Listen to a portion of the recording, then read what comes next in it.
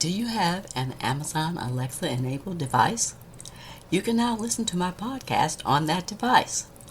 Just go to Alexa Skills, search for K-12 Education Untangled, click Enable to enable that skill, and voila! You're now able to listen to my podcast via your Alexa enabled device.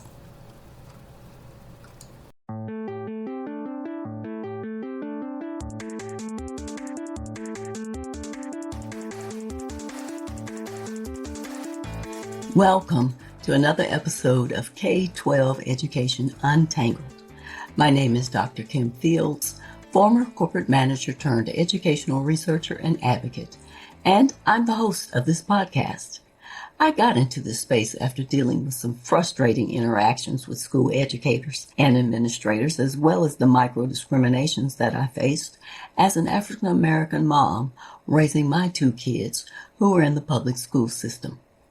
I really wanted to understand how teachers were trained and what the research provided about the challenges of the public education system. If you're looking to find out more about current topics in education that could affect you or your children, then you're in the right place. In today's episode, I'll be discussing the politics of education. Politics is involved in everything, including and especially in education. Politicians determine curriculum, policies, and educational requirements for all students. This happens at the federal, state, and local levels, with each jurisdiction throwing a pass downfield to other jurisdictions.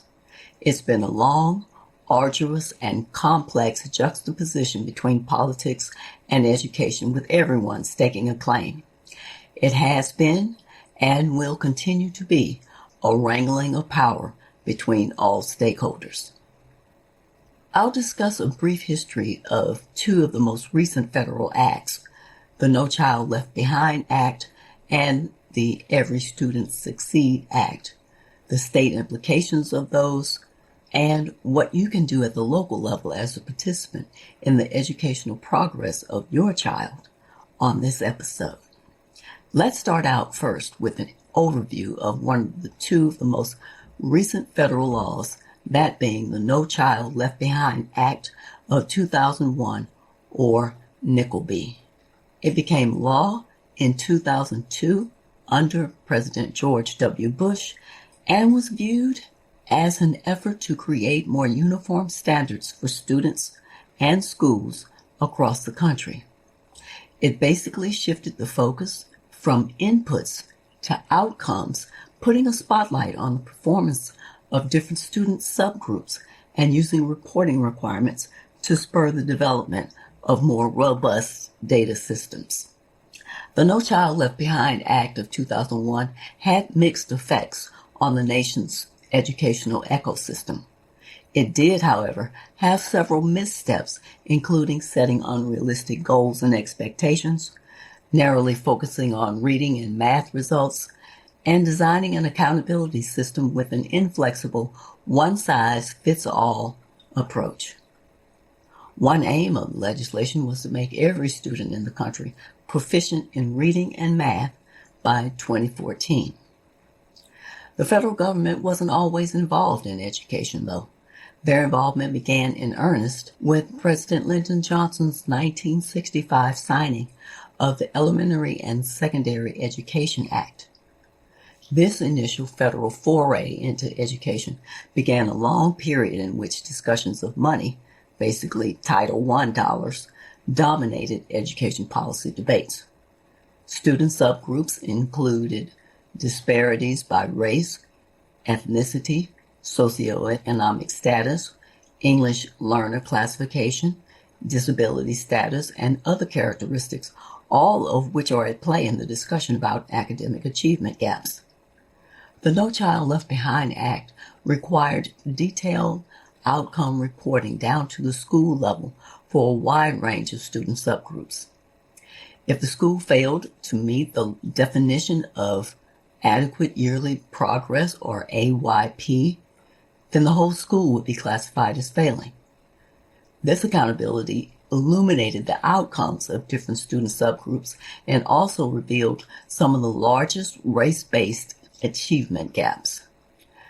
Accountability requires data, and NCLB requires data on test scores, attendance, racial and ethnic group identification, gender, free and reduced price lunch eligibility, English learner classification, as well as other data points on a yearly basis. Most districts and even some states lacked the technological infrastructure that was necessary to collect, maintain, and report the data. Having unrealistic goals and expectations made into law made NCLB a bad policy and was what ultimately ruined its public support. Achievement levels today are only slightly higher than they were 20 years ago, and there are still large gaps between advantaged students and their less advantaged peers. Well-designed accountability systems don't generally generate those types of outcomes. All of NCLB's accountability policies were designed in Washington, D.C., and then dictated to the states, which were given a fair amount of freedom to adapt the system to their realities. There are lessons from the No Child Left Behind Act that can be applied to the Every Student Succeeds Act, or ESSA. Although NCLB was replaced by ESSA, the new system remains a predominantly test-based accountability system that still requires interventions in the lower scoring 5% of schools. Schools that are found to be failing are put on a plan in which they have 3 years to turn the school around, or more rigorous improvement actions would be implemented. After the third consecutive year of failure, families must be offered the opportunity to pursue free supplemental educational services like tutoring. Continued failure in subsequent years leads to the imposition of a series of school-level reforms designed to completely restructure the school. ESSA does provide states with a valuable tool, and that is the reporting of one or more non-academic indicators for broader educational purposes. ESSA allows states to be more flexible than NCLB, yet states are not all following the same playbook. At the state level, policymakers can focus on ensuring students have adequate opportunities, funding, and resources to achieve stated goals. States can also focus on ensuring that all students have equal access to high-quality teachers, stimulating curriculum, and instruction in adequate resources such as computers, libraries, field trips, and other learning resources. Further, standardized tests should be used cautiously and only in combination with other data in order to avoid creating incentives for narrowed and distorted teaching and learning. Multiple stakeholders, including teachers, administrators, students, parents, and community leaders and researchers, should be involved in the design of the state's evaluation and inspection programs. There are a number of positive elements that ESSA had also illuminated and that represent wise educational investments. These include a focus on early education. The achievement gap is already 1 standard deviation wide by age 3 or 4 and doesn't decrease as children go through school. Thus, the imperative is on high-quality early education, which can yield the highest rates of return on investment. Early education should concentrate on broad-based experiential learning with an emphasis on subject matter knowledge. Testing should be avoided until grades 3 or 4. By expanding learning and using that additional time for deep, engaging enrichment, either through after-school programs or during the summer, this can be an effective strategy in closing the achievement gap. It would require extending the school day and perhaps the school year, but the emphasis would be on high-quality and comprehensive programs. Smaller class sizes demonstrate advantages, such as allowing teachers to teach and help students learn by giving more individualized attention to each student. Finally, developing school-community partnerships would be essential in building strong, mutually respectful communities with parents and other community members. As I highlighted in a previous podcast episode, which you can check out, it's episode 29 for my discussion about this, Test-based accountability does not improve learning. The problem with the strict focus on raising test scores is it introduces less focus on curriculum and more focus on teaching to the test, with some teachers even providing specific answers to test questions. Turning public schools that are failing into charter schools is not the answer either. Privatizing school hasn't produced across-the-board or meaningful learning gains. It has, in fact, led to social segregation, which is harmful to society.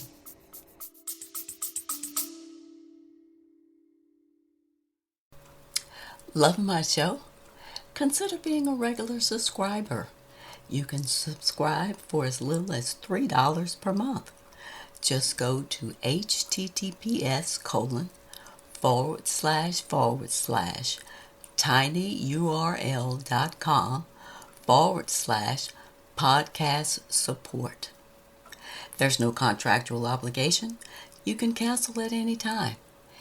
If you choose to subscribe, I'll give you a special shout out thanking you in an upcoming episode. Remember, that's https://tinyurl.com/podcast support to subscribe.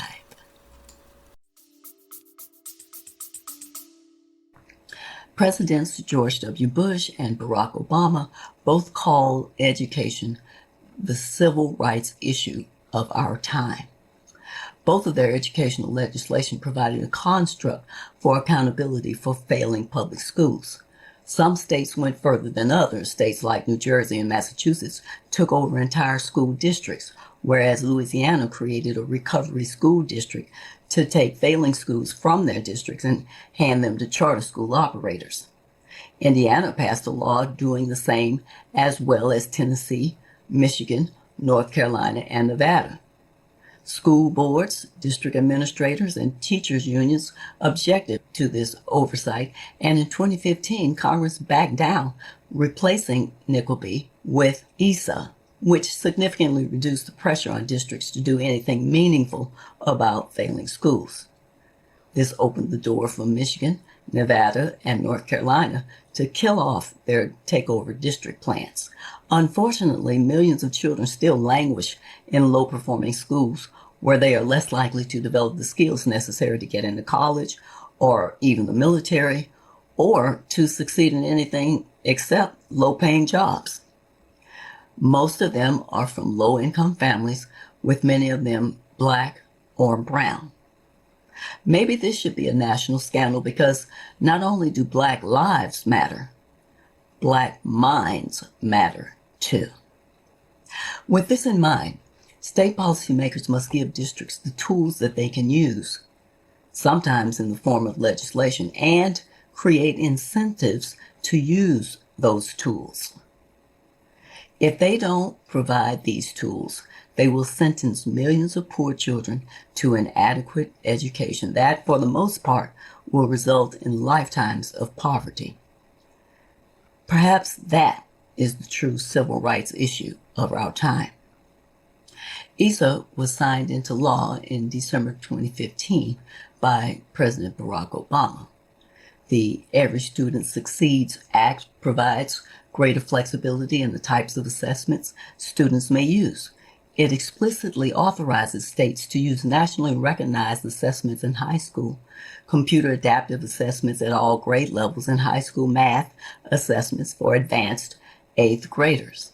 ESSA requires state accountability plans to include 5 indicators of school quality or student success. These include proficiency on assessments, high school graduation rates, and other academic indicators. Some of these other school quality or student success indicators include student engagement, for example, chronic absenteeism, teacher engagement, school climate and safety, parent and community involvement, a well-rounded curriculum, and access to art and other programs. In the big push to complete ESSA state plans, there's been little talk about the law's requirements for school districts to draft their own plans. States are beginning to have local conversations about what those plans should look like. ESSA includes key requirements that push a focus on equity in school accountability. States then have to measure how schools are doing for each group of students on each of the indicators in the system.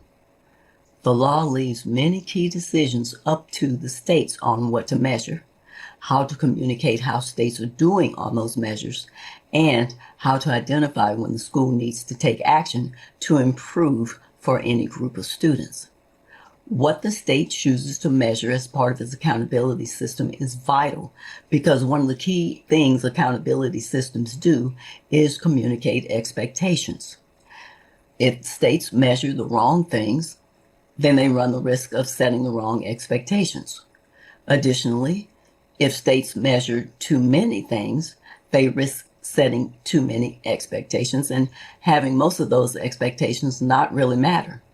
Finally, if states measure things that can't be measured for each group of students, then they risk taking attention away from how the school is serving those particular student groups.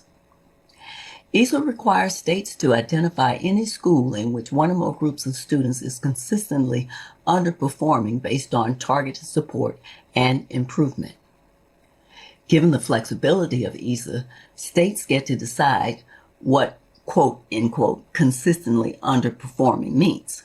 If the school doesn't improve, it's the district that has to take additional action. State board members need to keep an eye toward meaningfully engaging with diverse stakeholders, especially those representing the interests of underserved communities who have the most to gain or lose in this process. This includes low-income students, students of color, English learners, and students with disabilities. ESSA requires stakeholder engagement for states as well as districts. The law explicitly directed states to engage stakeholders. The challenge for the states, specifically state boards of education, is how to help districts leverage this requirement into meaningful local conversations that will ensure that every child has equitable access to a great school. Great schools expect much from their students, but they are also rich with valuable assets, both academic and non-academic, to promote student success and achievement, and they are responsive to student needs. Further, great schools offer students rigorous coursework and prepare them for the next steps into the adult world. Educational equity means that every student has access to the resources and educational rigor that they need at the right moment in their educational career, regardless of race, gender, ethnicity, language, disability, family background, or family income. There has to be strong accountability to dismantle these barriers. There are many other detailed requirements of ESSA. I've simply highlighted the ones that seemed most pertinent for you. So here's how this applies to K-12 education in a different way. A decade after Nickelby's enactment, well over half the nation's schools are failing to make the adequate yearly progress toward state standards, and a third of the schools have been identified for improvement due to repeated failure to meet those targets. Unfortunately, few families have taken advantage of the policy's purported opportunities through formally designated channels such as school choice and tutoring services. Parents may have simply been underinformed about the policies and Nickelby and their potential consequences and opportunities. Nickelby requires districts and schools to notify families about school progress, and some districts may have done this, but parents' limited grasp of policy operations may be partly to blame for the policy failure to reach its touted potential. Parents must request supplemental educational services, transfer the children away from chronically failing schools, or just show up to restructuring meetings to voice their concerns. Some parents may have an over-reliance on the district providing them with this information, and the district may have a reason for that. To avoid negatively impacting district relationships, finances, and capacity. Contained within ESSA is the requirement that the nation's education systems, schools, districts, and states must actively engage parents and communities. States and districts receive Title I federal funds to support students from low-income families. ESSA requires states and districts to ensure that students from low-income families and students of color are taught by experienced and effective teachers. Additionally, states and districts also must address how they will reduce the overuse of school discipline practices that remove students from the classroom, as well as those practices that contribute to the school-to-prison pipeline. Here are some action steps that you can take in practical ways. Parents need to be aware of and participate in the school improvement process, including knowing the particulars of federal educational policy acts. Most parents lack policy knowledge across different schooling environments, and there is variance in parent awareness of and their opinions on school experiences and policies. What is necessary for parents to understand are the ways in which policy shapes one's lived experiences. Sometimes it's difficult for parents to see how policies might shape their personal circumstances. NCLB carries severe consequences for all public school families because under the policy, every student in every school throughout the country sits for tests that align with state content standards, and this alone can shape each family's school experience. NCLB, as previously discussed, was followed by ESSA, which modified or fine-tuned many of the requirements of NCLB. As part of the development plans for implementing ESSA processes in the school, parents should ask their school, district, and state education leaders the following questions. 1. How and when will state and district leaders notify parents about opportunities to help develop state and district Title I plans? 2. What steps will states and districts take to identify and address resource discrepancies between schools that serve predominantly affluent communities and schools that serve predominantly students from low-income families and students of color? 3. What steps will states and districts take to ensure that schools that serve predominantly students from low-income families and students of color have effective teachers and principals? 4. What steps will states and districts take to improve school climate and reduce the overuse of discipline policies such as suspension and expulsion that remove students from the classroom? 5.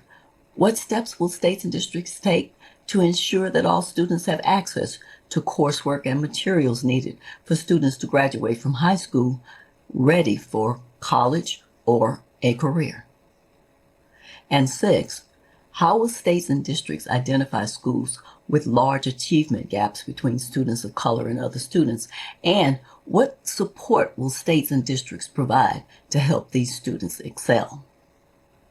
Regarding schooling improvement plans required within ESSA, parents should ask, 1, how will schools and districts involve parents in the development of school improvement plans? 2, what opportunities will students have to pursue advanced coursework and earn college credits while still in high school? ESSA requires states to involve parents in the development of school and district report cards.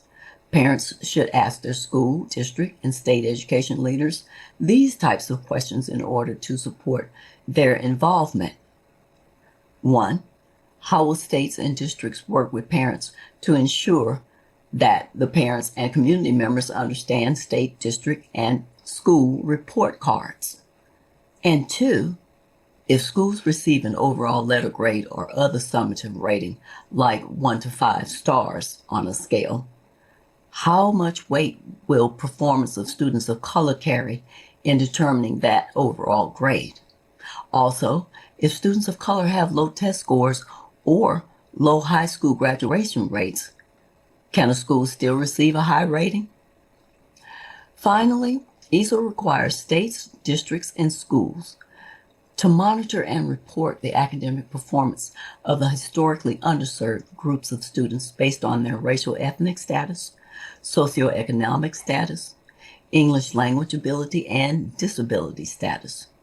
States are required to intervene when these categories of students or subgroups consistently perform poorly.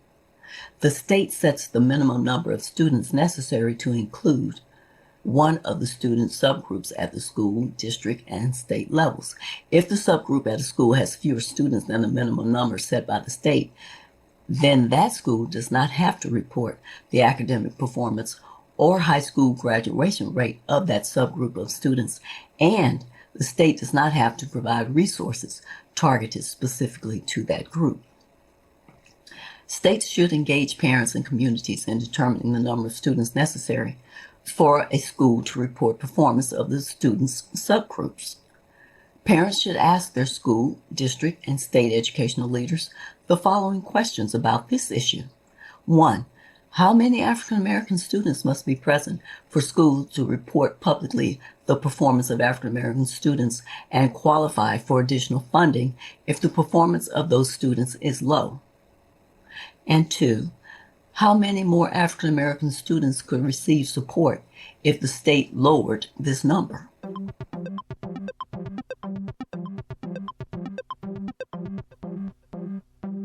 Here are this episode's takeaways.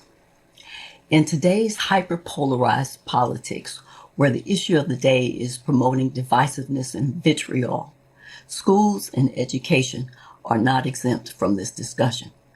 The 1965 federal government law that was signed by President Lyndon Johnson was the first foray of the government into education. This initial foray began a long period in which the discussions of Title I dollars dominated education policy debates. That was followed by the No Child Left Behind Act, or Nickleby, of 2001. It became law in 2002 under President George Bush and was viewed as an effort to create more uniform standards for students and schools across the country. And finally, as for this discussion, ESSA was signed by President Barack Obama into law in 2015. ESSA stands for Every Student Succeeds Act. It's important that you stay engaged and aware of the political maneuverings that are occurring at the federal, state, and local level. To do this, you must be informed, either through your own readings, school district provided information, and your local parent education advocacy groups. It's necessary for you to understand the ways in which policy shapes your lived experiences. One area worth investigating within the district provided information are the annual report cards for each school in the district, which should also list all the schools that are identified for comprehensive or targeted support and improvement. You can check those report cards to see if your child's school has been identified as needing comprehensive or targeted support. Your child's future is way too important to ignore the political playbook that could have dire ramifications for your child's educational progress. It's your right to hold schools, districts, and states accountable for the results they're developing for school improvement plans. States and school districts have significant flexibility in how they meet the requirements of ESSA, so you have a great opportunity to influence how they use that flexibility to best help your child. You need to be involved in your child's school on an ongoing basis. You need to make sure that they are a part of the process by seeking and finding information pertaining to federal, state, and district policies, and to make sure that you provide your comments, your voice on the issues that matter to you at your child's school. One question to consider here is whether you're able to engage with your child's school during non-work hours. Given the busyness of your life and all that you have to juggle, this may end up being a great way, if available, to easily stay up to date and informed about your issues in your child's school district and his or her school. If this is the type of subject matter and discussion that resonates with you, please subscribe to my podcast on whatever service you're listening to this. Also, I'd love to hear from you, so please leave me a rating, a review, or a comment, and share this episode with anyone that you think would find it interesting and valuable. Be sure to tell your friends, family, and community about my podcast. I'd really appreciate it if you would recommend my podcast to a friend directly on Twitter and to mention my show in your tweet. Additionally, you can connect with me on Instagram and Facebook with the handle Kim J. Fields. Thanks for listening today. I hope you'll come back for more K-12 educational discussions with even more exciting topics to untangle. By the way, if you have a burning question about a current situation at your child's school or a specific topic that you'd like me to discuss, shoot me a quick email at kim@liberationthrougheducation.com to let me know what your question or your situation is. Anyone whose question is selected to be discussed on one podcast episode will receive a $25 Amazon gift card. Be sure to stay tuned. On the next episode of my podcast, I'll be discussing another book from the banned book list. Until next time, aim to learn something new every day.